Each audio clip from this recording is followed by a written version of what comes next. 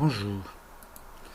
Alors après avoir vu dans le chapitre 4 l'une des applications des rayons X, c'est-à-dire la diffraction des rayons X, qui nous a permis de voir qu'on peut déterminer des structures cristallines à l'aide de la diffraction des rayons X, nous allons voir dans ce chapitre 5 une autre application des rayons X, mais cette fois-ci une application à l'analyse chimique. Et c'est le cas de la fluorescence X. Alors, la spectrophotométrie de fluorescence X est une technique d'analyse multi-élémentaire non destructive. Multi-élémentaire, ça veut dire qu'on peut analyser plusieurs éléments dans un échantillon, c'est-à-dire un échantillon polyatomique qui contient des atomes de nature différente. Non destructive, ça veut dire tout simplement que l'échantillon que l'on va analyser ne va pas subir une perte. Ce n'est pas comme par exemple l'analyse chimique où il faut, si on doit analyser un solide, on doit d'abord le mettre en solution avant de l'analyser, c'est-à-dire le détruire d'abord. Mais dans le cas de la fluorescence X, l'échantillon reste intact, il n'est pas détruit. C'est pour ça qu'on dit que c'est une technique non destructive. Alors cette méthode permet de déterminer avec précision la composition chimique globale d'un échantillon solide en éléments majeurs, c'est-à-dire qui sont en fort pourcentage, et même en éléments traces, c'est-à-dire en très très faible quantité, et qui peut aller jusqu'au microgramme par gramme, c'est-à-dire qui contiennent 1 microgramme par gramme d'un élément, de l'ordre de 10-6. De plus, le domaine d'investigation s'étend du bord, Z égale à 5, jusqu'à l'uranium, c'est-à-dire qu'on peut analyser pratiquement tous les éléments du tableau périodique.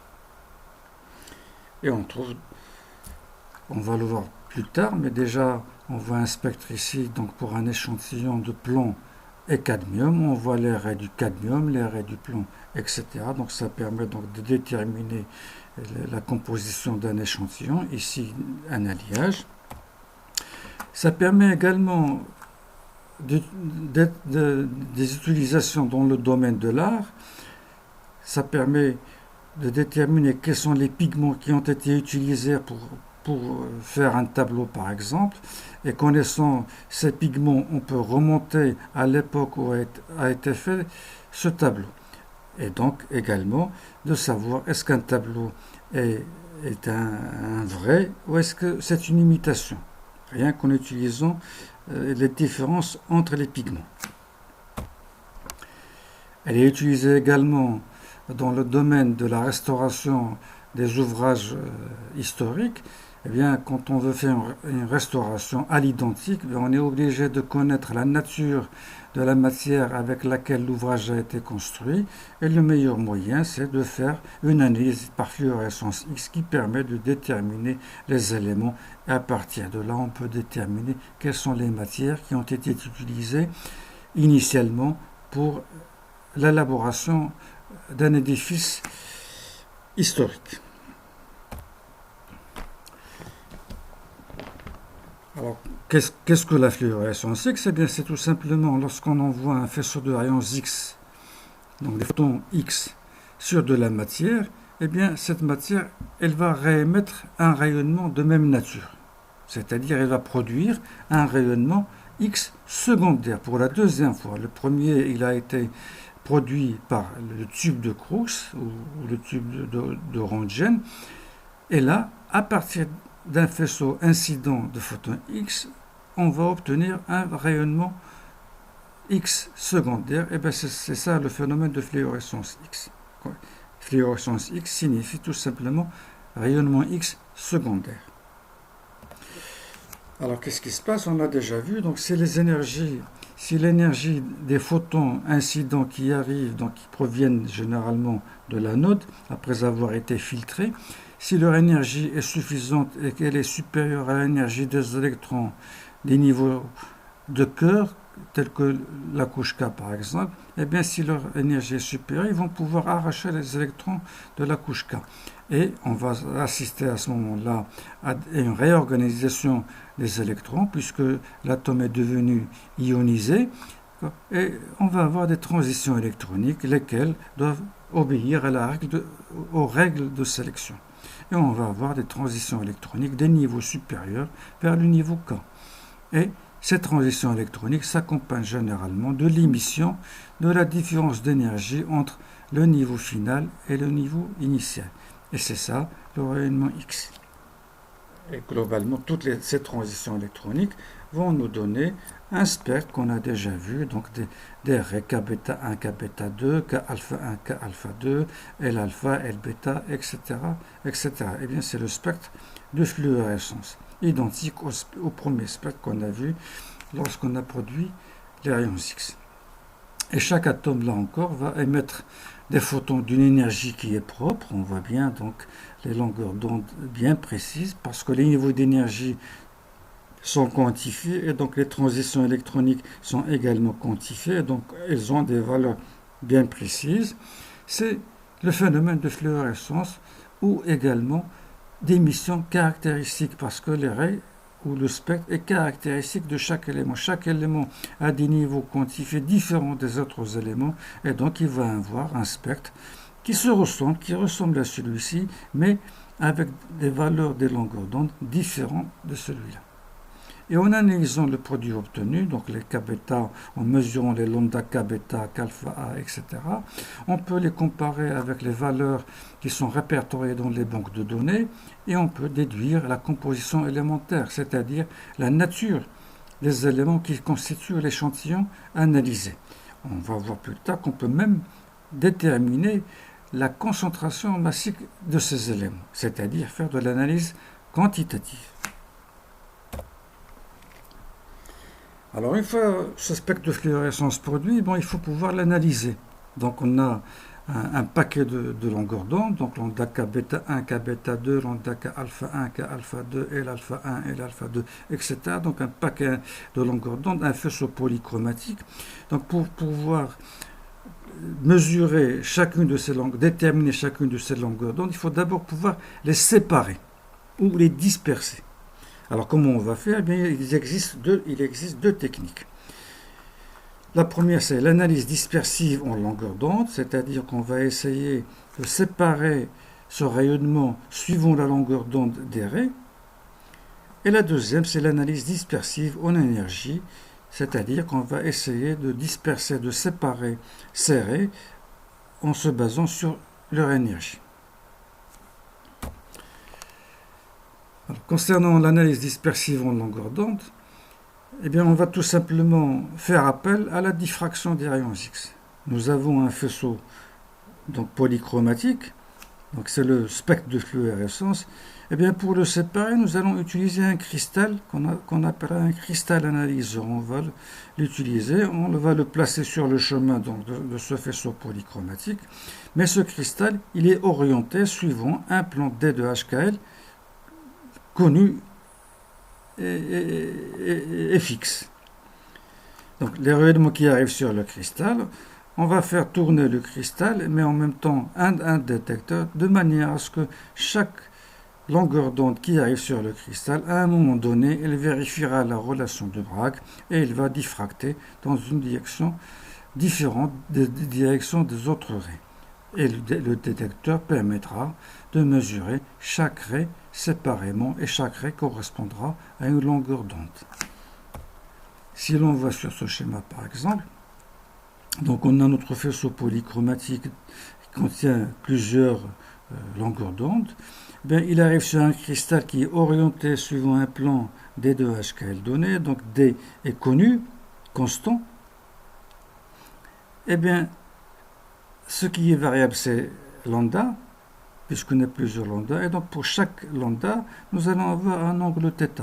Donc chaque longueur d'onde va être diffractée avec un angle θ différent des autres.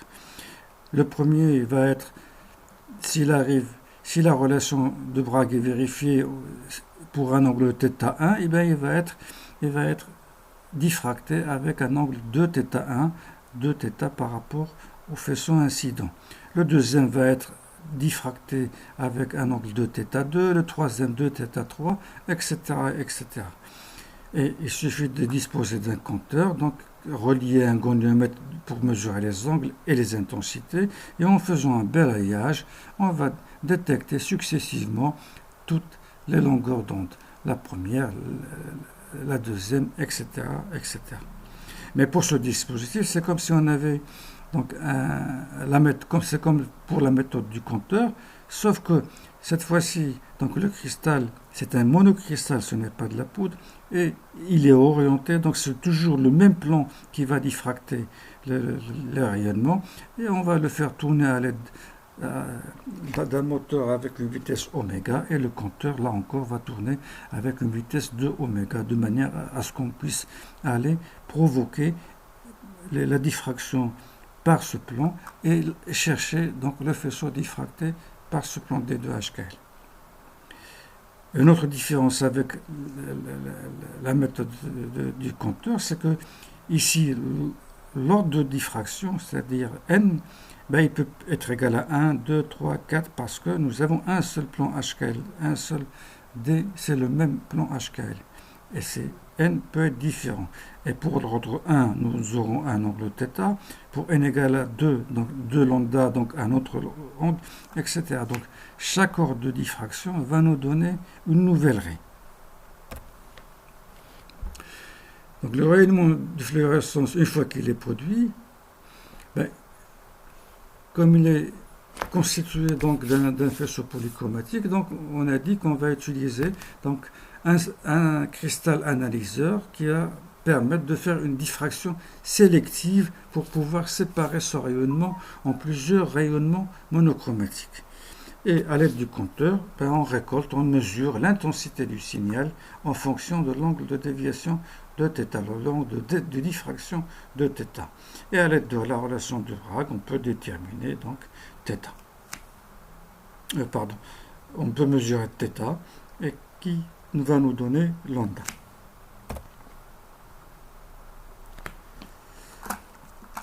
Le tout, c'est que le compteur donc, soit relié donc, à un goniomètre pour la mesure donc, de l'angle et un détecteur qui permet également de mesurer l'intensité.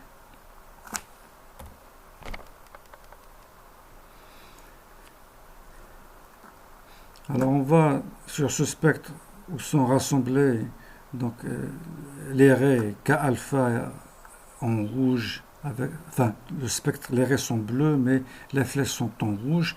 Les raies K-alpha, donc une flèche rouge, on voit bien par exemple celle du zinc a une intensité supérieure à celle du cuivre, du nickel, etc. Et on voit que plus Z augmente et plus on va vers le côté des longueurs d'onde les plus petites. Là c'est le fer, le cobalt qui suivant dans le tableau périodique, puis le nickel, le cuivre et le zinc. On voit par exemple que le calcium, il est beaucoup plus loin. Le calcium normalement a un lambda K alpha de 3,30, alors que le cuivre, il a une longueur d'onde de 1,54. Donc là c'est les longueurs K alpha, mais généralement les K bêta sont encore ont une valeur beaucoup de longueur d'onde plus petite, on les trouve avant. Par exemple, vous voyez ici que les lignes, les flèches en bleu, donc la K alpha du fer, elle est ici, mais la K bêta, elle est là. Mais elle a une intensité beaucoup plus faible que la K alpha. D'ailleurs, la raie qui a l'intensité la plus grande, c'est la K alpha. Même chose ici, donc pour le cobalt, on trouve ça. K bêta ici, pour le nickel ici, etc., etc. Et pour quelques-uns, par exemple le zinc, qui a une intensité très grande, eh bien nous avons également une K alpha de deuxième ordre, c'est-à-dire correspondant à n égale à 2. De d sinus θ égale à 2 lambda. Lambda, c'est celle-ci, c'est pour le zinc. Et là, pour 2 lambda, donc on trouve cette valeur-là, une raie, mais dont l'intensité est beaucoup plus petite. Pourquoi? Eh bien tout simplement parce que lorsqu'on passe au deuxième ordre, c'est-à-dire une diffraction entre le premier plan et le troisième plan qui lui est équivalent, eh bien le faisceau de rayons X traverse une certaine épaisseur de matière et il va donc être relativement pas mal absorbé avant de ressortir de l'échantillon. C'est pour cette raison que nous avons donc les raies de diffraction du deuxième ordre qui sont beaucoup plus faibles que celles du premier ordre. Mais elles existent quand même. Pour certains éléments, cela dépend de la sensibilité de l'appareil, de la quantité de l'élément dans l'échantillon, etc., etc. On peut même trouver des raies qui correspondent à l'ordre 3 ou même l'ordre 4. Mais l'intensité va en diminuant. Pour l'ordre 1, elle est beaucoup plus grande que pour l'ordre 2, qui est beaucoup plus grande que pour l'ordre 3, etc. Alors, quel type de détecteur on utilise? On utilise généralement deux types. Un compteur proportionnel, dont on a déjà parlé. Donc, c'est un compteur qui contient donc une cathode et une anode. Et la chambre est fermée donc par une fenêtre en beryllium pour laisser passer les rayons X. Et à l'intérieur, on a un gaz, un mélange d'argon et de méthane. Lorsque un photon X arrive, il va arracher un électron au gaz rare, donc il va l'ioniser, et cet électron arraché va provoquer un courant d'avalanche. Si on dispose d'un condensateur puis d'un amplificateur, donc ce signal va être amplifié et on va pouvoir donc détecter tous les photons qui arrivent. Donc leur nombre va être proportionnel au courant qui est produit. Donc le nombre de photons qui rentrent dans ce détecteur est proportionnel au courant que l'on va mesurer. Un autre type de détecteur, c'est le détecteur à scintillation, qu'on appelle également scintillateur. On dispose d'un écran en iodure de sodium NaI dopé au thallium, TL.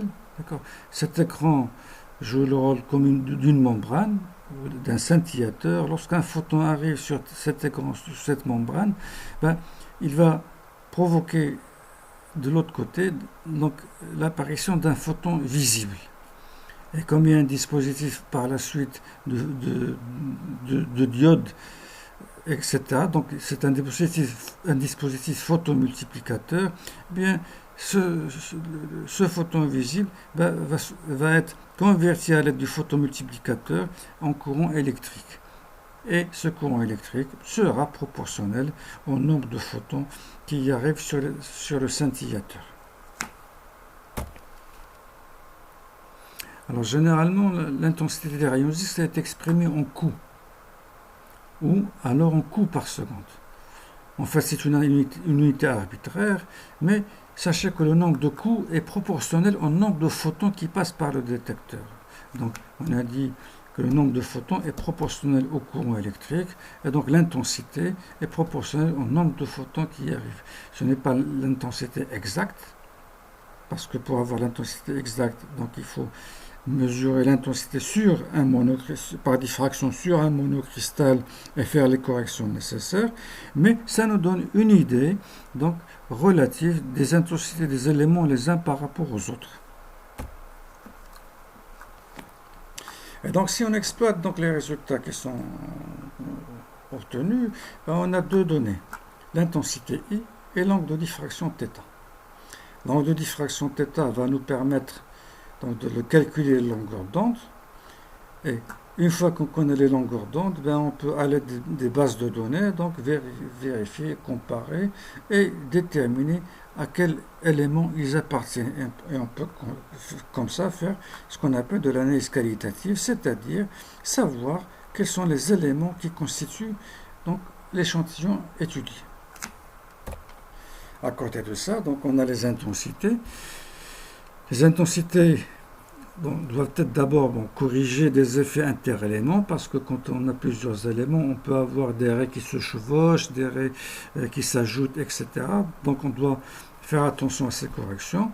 Et une fois qu'elles sont corrigées, elles sont corrélées avec des intensités certifiées, parce que ces intensités, elles donnent aussi une idée sur la quantité de l'élément. Plus on a une quantité d'un atome dans un échantillon, plus son intensité sera grande. Et pour déterminer exactement la quantité d'un élément, on va passer ce qu'on appelle des références, des matériaux de référence, qu'on appelle également des étalons. C'est-à-dire, à titre d'exemple, si j'ai du calcium et du magnésium dans mon échantillon, je vais passer mon échantillon, 1 gramme de mon échantillon, et je vais voir les raies, l'intensité des raies, et je vais passer également un échantillon qui contient 1 gramme de calcium seul et 1 gramme de magnésium seul, et je vais voir l'intensité du calcium. Donc lorsque j'ai 1 gramme 100% de calcium, voilà l'intensité. Lorsque j'ai X%, voilà l'intensité. Et en faisant une règle de 3, on peut déterminer le pourcentage du calcium et le pourcentage du magnésium dans cet échantillon. Et donc c'est ce qu'on appelle donc l'analyse quantitative. On peut savoir exactement la quantité des éléments, d'un élément dans un mélange. Alors, quels sont les cristaux-analyseurs qui sont utilisés? On a plusieurs, on va les voir en TD, mais à titre d'exemple, le fluorure de lithium, donc coupé suivant le plan 2,00 ou les plans 2,20. Le germanium aussi, il y a d'autres polymères organiques, l'éthylène diamine tétraacétique, etc. On en verra quelques-uns en TD. L'autre technique d'analyse, c'est l'analyse dispersive en énergie, où cette fois-ci, on dispose d'un détecteur, donc un semi-conducteur, généralement du silicium dopé au lithium, donc on va introduire un excès de charge, des paires électrons-trous, et lorsque un photon pénètre dans le détecteur, il va engendrer des défauts. Et ces défauts donc, vont permettre le passage du courant électrique. Et c'est ce courant électrique, c'est une impulsion donc, électrique. Plus le photon est énergétique, plus il va créer de défauts dans le détecteur, et plus l'impulsion générée sera forte. Donc, ensuite, on a tout un dispositif informatique qui va permettre de déterminer avec précision quels sont les éléments, d'après les énergies standards, quels sont les éléments que contient l'échantillon. Mais cette technique est moins utilisée que la précédente. D'ailleurs, les spectres que l'on obtient, donc on obtient des spectres avec des raies bien fines, dont le maximum est mesuré avec précision, parce qu'il s'agit d'une diffraction, alors que dans le deuxième cas, on a une raie donc avec un maximum assez diffus, donc pas très, très clair, des raies très très larges.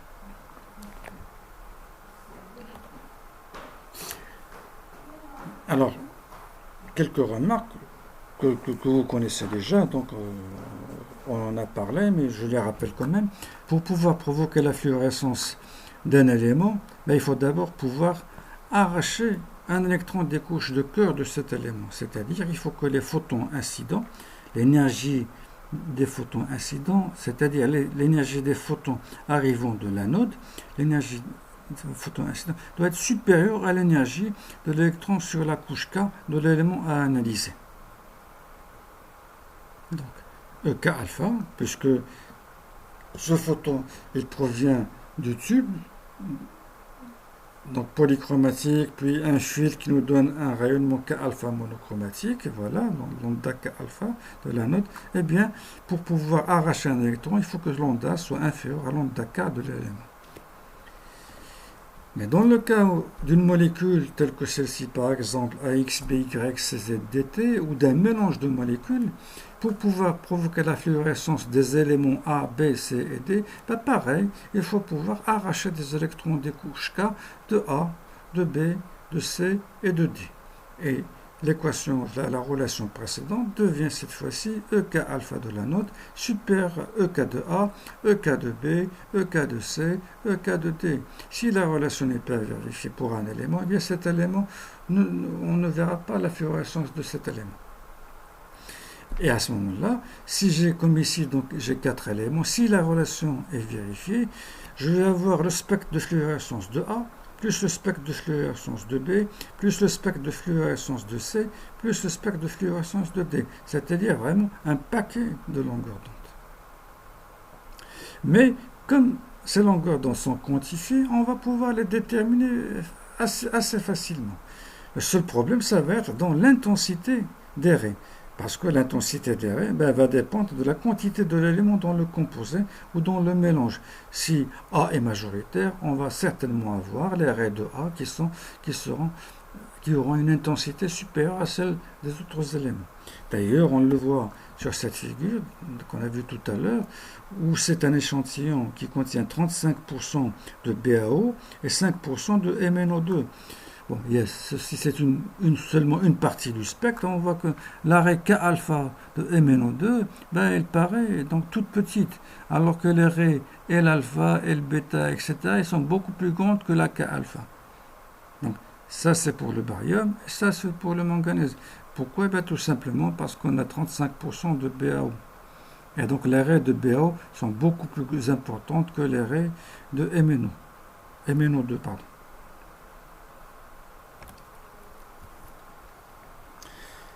Troisième remarque, lorsqu'on fait une étude par diffraction des rayons X, comme on a vu dans les chapitres précédents, on peut aussi avoir la fluorescence X.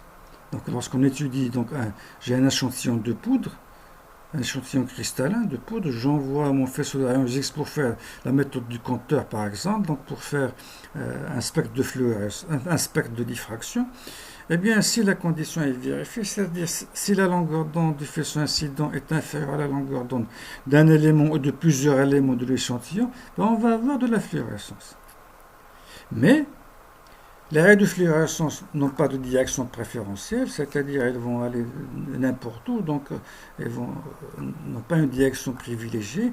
Par contre, les raies de diffraction, on l'a vu, elles proviennent de l'interférence de plusieurs faisceaux diffractés.